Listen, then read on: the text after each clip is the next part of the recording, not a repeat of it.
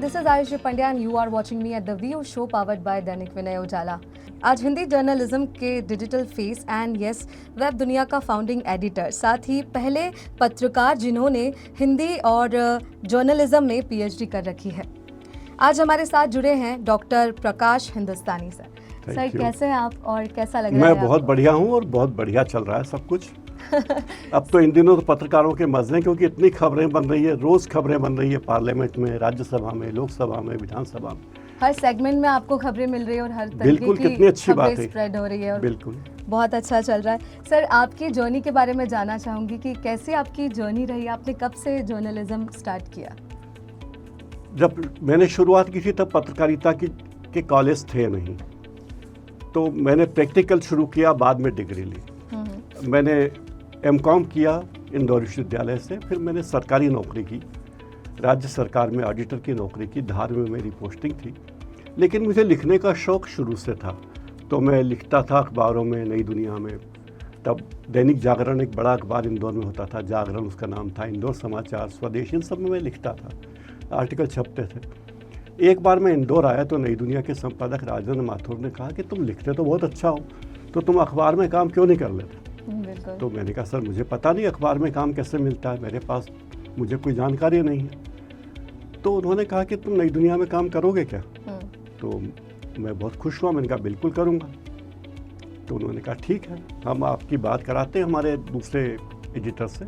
फिर अभय जी से बात कराई उन्होंने, और उन्होंने कहा ठीक है आप ज्वाइन कर लीजिए, हम आपको ट्रेनिंग में रखेंगे, 6 महीने आपको ट्रेनिंग में रखेंगे, उसके बाद आपकी जॉब कन्फर्म होगी। तब तो कोई सोशल मीडिया भी नहीं हुआ करता था जिससे कि आप तब इंटरनेट भी नहीं था, प्राइवेट चैनल भी नहीं थे। तब इलेक्ट्रॉनिक मीडिया के नाम पे आकाशवाणी था और दूरदर्शन था जी।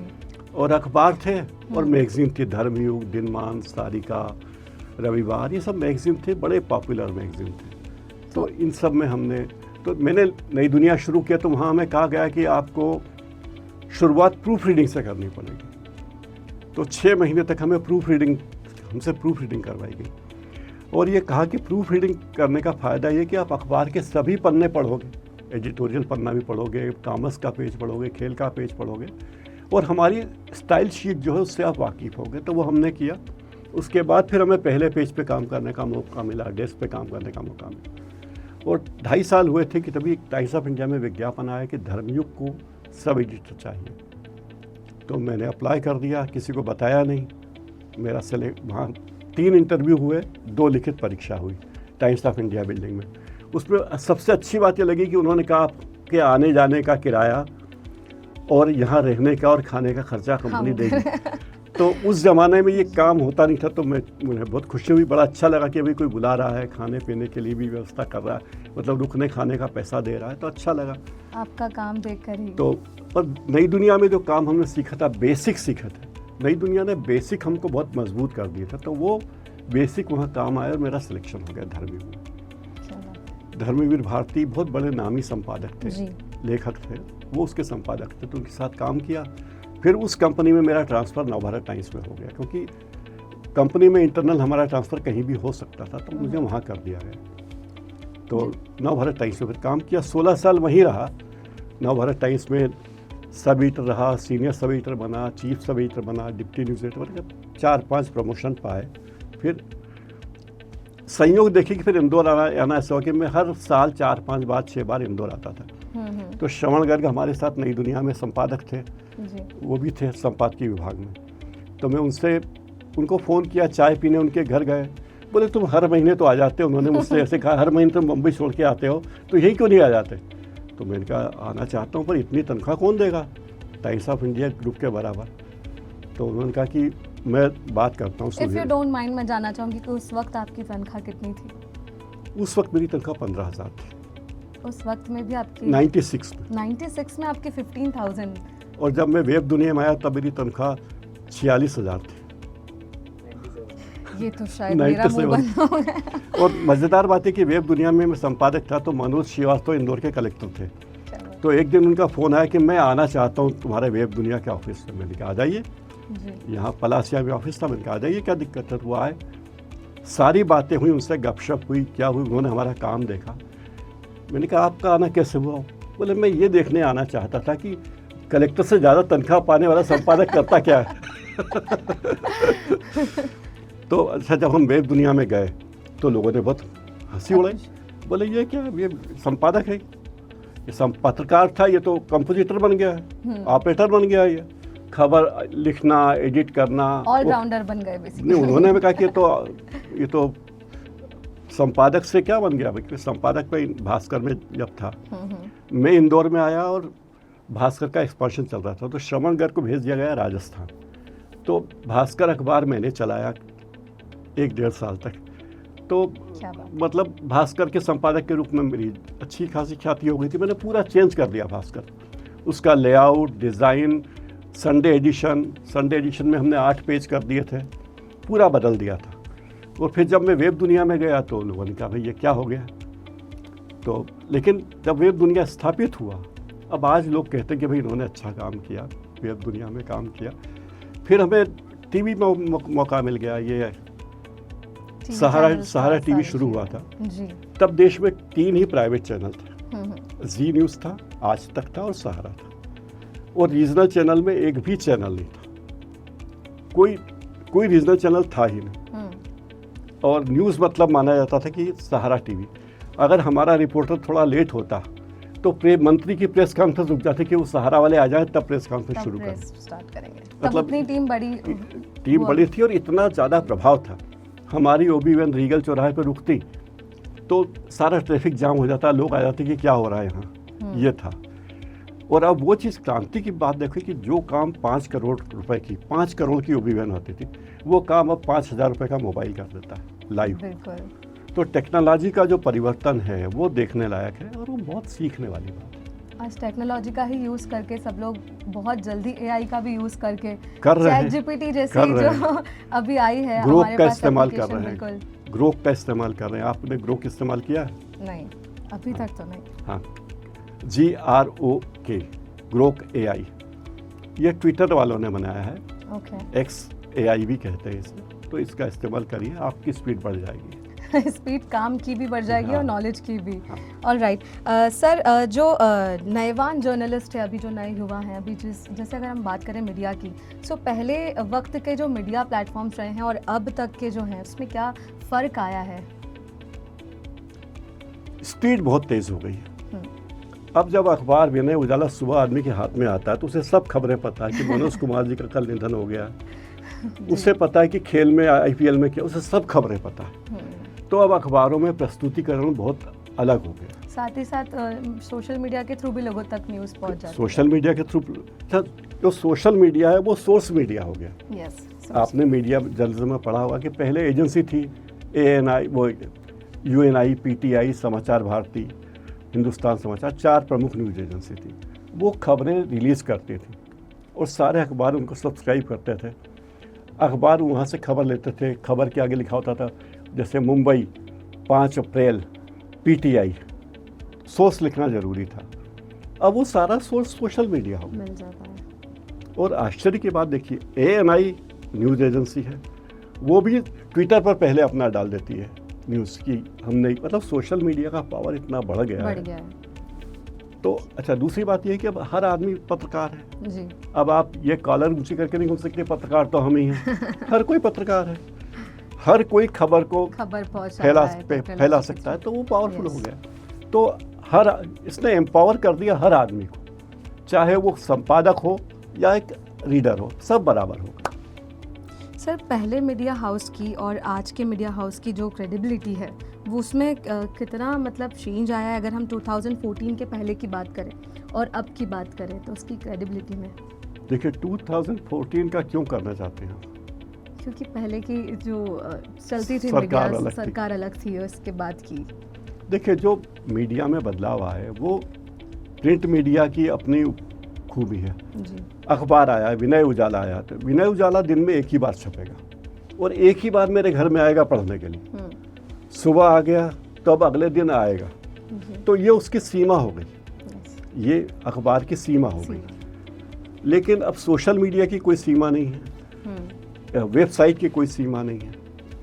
दूसरा बड़ा परिवर्तन यह है कि विनय उजाला में या मतलब कोई भी अखबार, टाइम्स ऑफ इंडिया हो, कोई भी है, आपकी जगह सीमित है, स्पेस सीमित है।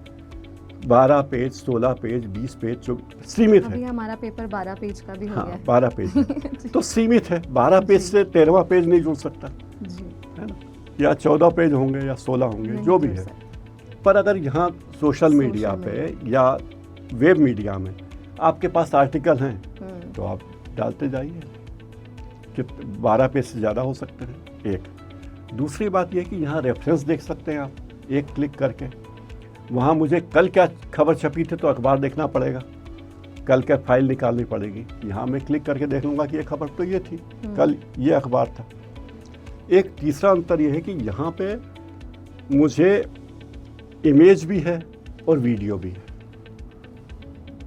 सोशल मीडिया पे या इंटरनेट मीडिया में आप देख भी रहे हैं, देख और भी उसी को रहे हैं। सुन भी रहे हैं। Yes. देख भी जो भाई धीरेन्द्र शास्त्री से अनिल अंबानी की पदयात्रा में धीरेन्द्र शास्त्री गए, युवा लोगों की रुचि का हो सकता है कि क्या हुआ, तो खबर छपेगी अखबार में कि भाई ये धीरेन्द्र शास्त्री अनंत अंबानी की पदयात्रा में मिलने के लिए गए। खबर छपेगी, फोटो छपेगा, 2 फोटो छाप लो, 4, पर यहाँ तो वीडियो है, पे आपको वीडियो भी वीडियो मिल जाएगा। तो त्वरित, एक तो त्वरित, दोनों एक दूसरे के पूरक हैं। अखबार का काम अखबार करेगा, लेकिन विश्वसनीयता अखबार की ज़्यादा, क्योंकि यहाँ अखबार में एक संपादक होता है। संपादक जिम्मेदार है हर खबर के लिए।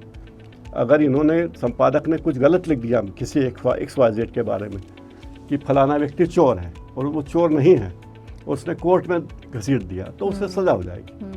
सोशल मीडिया पे कोई भी आदमी प्रधानमंत्री को भी गाली लिख सकता है, भगवान राम को भी लिख सकता है, क्योंकि स्वतंत्र है। उसका कोई, जो मालवी में शब्द है, घनी घोरी नहीं, उसका कोई मालिक नहीं, जिम्मेदार आदमी कोई नहीं, या जिम्मेदार है तो लंबी प्रक्रिया है।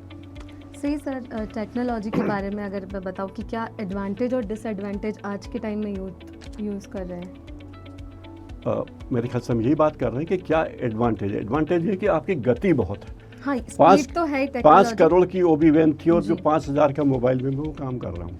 हाँ, तो कितना क्रांतिकारी बदलाव है। अखबार का मालिक में होता तो ही वे छाप सकता था कोई भी चीज़, या संपादक होता। जरा सा नाम छपवाने के लिए आदमी संपादक के आगे जीव दूरी का दस्तर, हमने ये कार्यक्रम किया, खबर छाप दी। और अब ज़रूरत ही नहीं, हम तो सोशल मीडिया पे डाल देंगे, 4 लोग डाल देंगे, ठीक है, हमें ज़रूरत ही नहीं आपकी। और देखिए कि सारे बड़े अखबार, चाहे न्यूयॉर्क टाइम्स हो, चाहे टाइम्स ऑफ इंडिया हो, या दैनिक भास्कर हो, या टेलीविज़न चैनल हो, सब ने सोशल मीडिया पे अपने प्लेटफॉर्म बना रखे हैं सब। यानी सोशल मीडिया के अलावा उनका उद्धार नहीं। उन्हें लगता है कि सोशल मीडिया पे आए बिना हमें कौन देखे। आज का टाइम ही सोशल मीडिया पर चल रहा है ना सर, काफ़ी लोग। अब देखिए नरेंद्र मोदी जी, नरेंद्र मोदी जी, कोई अखबार नरेंद्र मोदी का फोटो छापे न छापे, खबर छापे न छापे, कोई फ़र्क ही नहीं पड़ता उनको, क्योंकि उनका अपना सोशल मीडिया इतना पावरफुल है। उनका खुद का नरेंद्र मोदी ऐप कई लोगों के फ़ोन में होगा, आपके फ़ोन में भी होगा। नरेंद्र मोदी ऐप में सारी दुनिया भर की जानकारी, नरेंद्र मोदी कहाँ दौरा करने गए, उन्होंने क्या भाषण दिया, संसद में उन्होंने क्या बोला, उनकी नीतियाँ क्या है, नरेंद्र मोदी के बारे में चैनलों में क्या आया है, नरेंद्र मोदी के बारे में अखबारों में क्या आया है, नरेंद्र मोदी के बारे में बैंकॉक की, थाईलैंड के प्रधानमंत्री ने क्या कहा है, सब आपको मिल जाएगा। अगर नरेंद्र मोदी खड़े हुए फ़ोटो खिंचाने और उनका हाथ किसी दूसरे व्यक्ति से टकरा रहा, कोहनी टकरा रही है, तो भी लोग लिख देते कि ये कोहनी टकरा रही है, कैसे प्रधानमंत्री है, कैसे टकरा, ये आज़ादी भी है, ये हमें आज़ादी के, हम अपने प्रधानमंत्री के बारे में ये भी लिख सकते हैं, वरना पहले तो आप लिख सकते थे, संपादक छापते ही नहीं, लिख दो आप। हाँ, पहले डर था, शायद डर भी था। और एक और बात है, इसने हमें गैर जिम्मेदार बना दिया है। सोशल मीडिया ने, वेबसाइट ने हमें गैर जिम्मेदार बना दिया। अखबार जिम्मेदार है, अखबार में कोई भी फालतू खबर आप नहीं पढ़ सकते, कोई गलत न्यूज़ नहीं लिख सकते, नहीं देख सकते। अखबार एक बार छपता है जी, तो छपने के पहले बार बार उसकी चेकिंग होती है। एक किस्सा बताता हूँ, मैं सहारा टीवी में था, छोटा सा किस्सा सुनिए। उमा भारती मुख्यमंत्री थी, मनावर में उनका कार्यक्रम था, हम उनका लाइव कवरेज कर रहे थे। तो ओबी वैन लेके हम मनावर गए, धार जिले का एक कस्बा है मनावर। तो हमारे कार्यक्रम के लिए टाइम था वहाँ कि भाई अभी 5 बजे उमा भारती आएंगी। हम ओबी वैन लेकर तैयार खड़े थे कि वो आएंगी और भाषण होगा, हमें लाइव करना है। हमारी पूरी तैयारी थी। और 5:30 बज गया, 6 बज गया, उमा भारती का हेलीकॉप्टर उतरा ही नहीं, अंधेरा होने लगा और वो आई नहीं। हाहाकार मच गया। हमने कलेक्टर से पूछा कि क्या हुआ? बोले साहब पता नहीं। एसपी से पूछा कहाँ गई मुख्यमंत्री? बोले पता नहीं। हेलीकॉप्टर कहाँ है? पता नहीं। इंदौर से हेलीकॉप्टर उड़ा, आधे घंटे की दूरी है, 20-25 मिनट की दूरी है बल्कि, और पहुँचे नहीं। मैंने फ़ोन किया अपने हेड ऑफिस में, कहा साहब एक लाइव ले लीजिए P2 से कि मैं वहीं पे खड़ा हूँ कि उमा भारती का हेलीकॉप्टर जो है वो गायब हो गया है और ऐसी चर्चा है कि वो दुर्घटनाग्रस्त हो गया। तो हमारे एडिटर ने कहा कि आप नहीं कह सकते, जब तक आप अपनी आंखों से न देख लो तब तक कि ये एक्सीडेंट हो गया है, तब तक इसको रिपोर्ट मत करना। जो आप आंखों से देख लो, अगर आप टीवी के पत्रकार हो तो आपने आंखों से देख लिया, आप कहो कि मेरे खास दोस्त हैं मयंक जी, उन्होंने बताया, तो नहीं, भरोसा नहीं। आपके खास ने भी कहा तो भरोसा। अगर क्या आपने अपनी आंखों से देखा है? अगर आपने अपनी आंखों से देखा कि हेलीकॉप्टर दुर्घटनाग्रस्त हो गया है तो ही खबर दीजिए, वरना मत दीजिए। फिर बाद में करीब आधे घंटे बाद पता चला कि वो धार में ही कहीं लैंड कर गया, क्योंकि अंधेरा हो गया था, तो लैंड कर गया है और सकुशल है वहाँ। तो शिक्षा ये मिली, मतलब काफ़ी साल बाद शिक्षा मिली कि अगर आप टीवी के पत्रकार हैं या लाइव मीडिया के, तो जब तक आप अपनी आंखों से न देखें, आपके कितने भी अच्छे दोस्त ने कहा हो कि ये पक्की खबर है भाई, नई दुनिया का मैं चीफ रिपोर्टर हूँ, भास्कर का संपादक हूँ, एक्सीडेंट हो गया, नहीं, हमने नहीं देखा मतलब हम नहीं लिख सकते।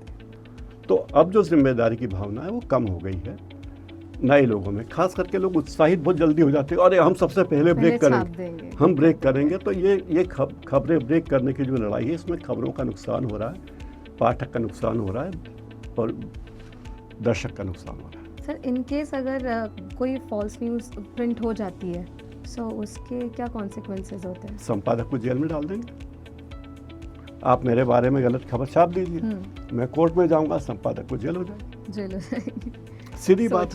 या मैं प्रेस काउंसिल में जाऊंगा तो प्रेस काउंसिल संपादक को बुलाएगी अपने यहाँ और उससे प्रताड़ित करेगी कि माफ़ी मांगो, उतने ही बड़े अक्षरों में लिखो कि हमने ये गलत छापा था और हमें उसका खेद है, और लिखित में माफ़ी मांगो। अब यहाँ तो लिखित माफ़ी कोई मांगता ही नहीं है, ठीक है, बोल दिया तो बोल दो। बिल्कुल सर, ये तो थी जर्नलिज्म की बात। एक एज अ राइटर और एज अ ऑथर, और अगर हम क्रिटिक की भी बात करें, आप जब भी लिखते हैं तो कौन सी क्रिएटिव प्रोसेस से आप गो थ्रू करते हैं? क्या आप सोचते हैं माइंड में कि हाँ इस तरीके से लिखूंगा तो ये काफ़ी ये बहुत अच्छी बात है। मैं बताना चाहता हूँ कि अगर मैं कोई रिव्यू कर रहा हूँ किसी के बारे में, चाहे कोई नाटक हो, फिल्म हो, किताब हो, तो मैं दूसरे लोगों के रिव्यू नहीं पढ़ता जी, क्योंकि मैं सोचता हूँ मैं दूसरे से प्रभावित हो सकता हूँ, तो मैं अपनी स्वतंत्र राय नहीं दे पाऊंगा। तो मैं उससे देखता पढ़ता बिल्कुल नहीं हूँ। अपनी राय जो मुझे अनुभव होता है मैं वो लिखता हूँ, और वो लोगों को पसंद आता है, तो मुझे इसकी बहुत खुशी है। क्या मतलब प्रोसेस, आप क्या थॉट प्रोसेस रखते हैं? थॉट प्रोसेस ये कि मैं पहले उसके बारे में रेफरेंस पूरा पढ़ता हूँ जी, और मुझे लगता है कि आखिर इस चीज़ की आवश्यकता क्यों है, इस किताब की ज़रूरत क्यों है, या इस फिल्म की ज़रूरत क्या है, और फिर क्या ये कोई मैसेज दे रही समाज को, ये किताब, ये फिल्म, ये सीरीज़ कोई मैसेज दे रही है? मैसेज है तो स्वागत। आपका अपना पर्सनल फेवरेट राइटर कौन सा है जो आपका पसंदीदा है? देखिए, मुझे लगता है कि पत्रकारों को इतिहास बहुत पढ़ना चाहिए जी, क्योंकि इतिहास हमें बताता है कि हमें आगे, हमारा आगे का रास्ता क्या है। और युवा पत्रकारों को सबसे पहले रामधारी सिंह दिनकर की किताब पढ़नी चाहिए, संस्कृति के 4 अध्याय। वो बेहतरीन किताब है, हिंदी में किताब है, और 10 साल की मेहनत के बाद रामधारी सिंह दिनकर ने किताब लिखी, और पंडित जवाहरलाल नेहरू ने उस किताब की भूमिका लिखी। और भूमिका ही आप पढ़ लेंगे अगर, तो पता चल जाएगा कि भारत कहाँ से निकला है, और शंकराचार्य 40 साल भी नहीं जिए, लेकिन उन्होंने चारों दिशाओं में, भारत की चारों दिशाओं में मठ स्थापित कर दी। जब रेलगाड़ी नहीं थी, जब बस नहीं थी, सड़कें नहीं थी, हवाई जहाज नहीं थे, तब पैदल चल के, तो वो पावर क्या है भारत का, ये जानना ज़रूरी है। सर, ये तो थी यूथ, कौन सी अगर किताब पढ़ेंगे तो उन्हें अच्छा एक हिस्ट्री पता चलेगी जिससे वो आगे और बढ़ सकते हैं। लेकिन आपसे एक लास्ट मैसेज ये चाहूँगी कि आप आगे आने वाले जो अब यूथ हैं जो जर्नलिज्म में ट्राई करना चाहते हैं, तो उन्हें आप क्या एक एडवाइस करना चाहेंगे कि किस तरीके से वो स्टार्ट कर सकते हैं? उन्हें विशेषज्ञता हासिल करनी चाहिए कोई भी फील्ड में। जैसे आर्थिक पत्रकारिता करनी है आपको, तो आर्थिक मामलों में सारी चीज़ें पढ़िए, विशेषज्ञता हासिल कीजिए कि आपसे बढ़िया कोई ना हो। अगर बात हो कि भाई हम अखबार निकाल रहे हैं, हमें अर्थशास्त्र का एक इकोनॉमिक पेज या बिजनेस पेज निकालना है, तो बोले आरुषि पंड्या से बढ़िया कोई पत्रकार नहीं है, ये नाम होना चाहिए। या फिर खेल, तो खेल में भी आपकी विशेषज्ञता हो कि क्रिकेट के बारे में, हॉकी के बारे में मयंक जो बोलेंगे वो फाइनल, उसके आगे कोई नहीं, मतलब अल्टीमेट होना चाहिए, इतना अध्ययन होना जरूरी है। और आगे आने वाला ज़माना विशेषज्ञता का है। आप सामान्य पत्रकारिता करेंगे तो आपको कोई पूछने वाला नहीं, क्योंकि चैट जीपीटी और नई टेक्नोलॉजी ने आपका काम आसान कर दिमाग का यूज़ कम नहीं, अब ज़रूरत ही नहीं है। अब टाइम्स ऑफ इंडिया में उनका एक उन्होंने अपना वो बनाया है, एआई टूल बनाया। उस एआई टूल में वो, मैं रिपोर्टर हूँ, मुझे अंग्रेज़ी नहीं आती, पर मैंने सारी जानकारी फीड कर दी कि आज इंदौर में आगरा बॉम्बे रोड पर एक ट्रक और बस में एक्सीडेंट हुआ, 30 लोग मर गए, मैंने फीड कर दिया। अब टाइम्स ऑफ इंडिया ग्रुप के 12 भाषाओं के वेब पोर्टल पे और अखबारों में वो खबर अनुवाद हो जाएगी। वो मुझसे पूछेगा ये खबर कितनी बड़ी चाहिए, 300 शब्द में, 400 शब्द में, 500 शब्द में, तो मैंने कहा 500 शब्द में, तो 500 शब्दों में लिख देगा, वो खबर बना देगा। मैंने क्या उसको डाटा फीड किया और लिख दिया कि एक्सीडेंट जगह ये है, कार बस की टक्कर, लिख दिया मेरा। अच्छा, मैंने उसको कहा कि 300 शब्द में चाहिए, मैं कहूँगा इसके पाँच हेडिंग प्रस्तावित करो, तो 5 हेडिंग प्रस्तावित कर देगा। तो अब बहुत सारा काम तो एआई ने ले लिया, इससे बहुत सारे जॉब चले जाएंगे, बहुत सारे जॉब्स आएंगे। जैसे अखबार के लेआउट में बहुत क्रांतिकारी बदलाव आ गए। अब ऐसे टूल्स आ रहा है कि आपके कंप्यूटर में 500 तरह के या 1000 तरह के लेआउट बने हुए हैं। आपने फीड कर दिया कि साहब ये खबर है, वो पूछेगा कितने कॉलम में खबर देनी है, 6 कॉलम में, 4 कॉलम में, 3 कॉलम में, और वो उस हिसाब से खबर एडजस्ट करके लेआउट बना के आपको दिखा देगा, और वो काम मिनटों में करेगा। तो आदमी की ज़रूरत कम होती जा रही है, लेकिन विशेषज्ञों की ज़रूरत बढ़ती जा रही है, और सामान्य लोगों की ज़रूरत अब नहीं है। एक और चीज़ है जो कंप्यूटर अभी तक नहीं कर पाया, वो हमारे लोकल डायलेक्ट नहीं पकड़ पाया। आप मालवी में अगर लिखेंगे तो वो मालवी वाला काम नहीं, अभी एआई नहीं कर पाएगा। आप लिख दो कि तो गेलिया है तो वो गेलिया समझ नहीं पाएगा एआई। जी। तो ये खूबी है, तो हम अपनी भाषा को ऐसा रखें कि कोई एआई हमारी भाषा कॉपी ना कर पाए, और हमारी ओरिजिनलिटी भी रहे। जैसे हम बोलते हैं ओ भिया, तो भिया शब्द कहीं नहीं है, इंदौर में बोलते हैं लोग भिया, बिल्कुल, है ना। तो ये सब चीजें हैं। अब तो मुझे लगता है कि चैट जीपीटी और आर्टिफिशियल इंटेलिजेंस भी समझने लग गए हैं। वो भी बोलेंगे वो भैया क्या करना भैया, बता यार। हाँ भैया, बिल्कुल। तो ये है। सर, आपको लगता है कि जो आर्टिफिशियल इंटेलिजेंस है, मेरा लास्ट सवाल है कि आगे फ्यूचर में, तो आपने बताया कि किस तरीके से इंसान का काम एआई छीन रहा है, लेकिन फ्यूचर में ऐसा लगता है कि अनएम्प्लॉयमेंट हो जाएगी लोगों को लेकर? अगर सामान्य लोग, सामान्य औसत बुद्धि के लोगों की ज़रूरत अब नहीं रहेगी। जो लोग सामान्य काम करते थे उनकी ज़रूरत अब नहीं रहेगी। अब विशेषज्ञों की ज़रूरत रहेगी जो एआई से काम करवा सके। राइट। तो एआई जिनके सामने जो अच्छे प्रॉम्प्ट लिख सके, कि एआई को अच्छे प्रॉम्प्ट की ज़रूरत है कि हमें ये चीज़ चाहिए। अभी चैट जीपीटी पे आपको प्रॉम्प्ट लिखना है अच्छा, कि मुझे ये चीज़ चाहिए, ये जानकारी चाहिए, तो वो प्रॉम्प्ट आपको बता देगा कि ये है। आप पूछ लीजिए कि मोहन यादव मध्य प्रदेश के मुख्यमंत्री हैं, उनके बारे में बताइए कि उन्होंने क्या क्या अच्छे काम किए, उनकी क्या क्या कमज़ोरियां हैं, मोहन यादव कहाँ कहाँ विफल रहे, तो वो आपको बता देगा पॉइंट। तो आपका काम तो आसान हो गया जी। और रेफरेंस रखने की ज़रूरत भी आपको नहीं पड़ी, मोटी मोटी फाइलें, अलमारियों की ज़रूरत नहीं रही है कंप्यूटर में। पहले सारी रिसर्च करनी पड़ती थी, गो थ्रू करना पड़ता था हर हिस्ट्री से। हाँ। Right sir. लेकिन इसमें दिक्कत एक और है, वो भी कि ये इंटरनेट का आगमन हुआ है पिछली सदी के अंत में। अगर 1950 की कहानी है या 1900 की कहानी है, कोई घटना है, और उसको किसी ने इंटरनेट पर नहीं डाला है, तो वो आपको नहीं मिलेगी। Exactly. ये भी है। तो वहीं तक का डेटा मिलेगा जहाँ तक का जहाँ है। जहाँ तक का आपने फीड किया। बाकी तो आपको किताबों में ही हाँ, देखना पड़ेगा। बिल्कुल। Thank you so much sir, बहुत अच्छा लगा आपसे इट मिलकर वाज बात ग्रेट करके, हैविंग यू। और बहुत बहुत शुभकामनाएं विनय उजाला के इस पॉडकास्ट के लिए। आपकी टीम के सभी सदस्यों को मेरी शुभकामनाएं, और आप ऊर्जा के साथ काम करते रहें और इस पॉडकास्ट को नई ऊंचाइयों तक पहुंचाएं, यही मेरी शुभकामनाएं। Thank you so much. तो ये थे हमारे साथ जर्नलिस्ट, साथ ही राइटर, ऑथर और क्रिटिक, जो कि काफ़ी सारी अपने जर्नलिज्म के साथ साथ और हमारे यहाँ पर पत्रकारिता को लेकर काफ़ी सारी चीज़ें आपको अपडेट रखते हैं हर चीज़ से। तो थैंक यू सो मच। आप इसी तरीके से हमारे व्यू शो को देखते रहें और सुनते रहें। Thank you. चैनल को लाइक और सब्सक्राइब करना ना भूलें। Like, share, subscribe.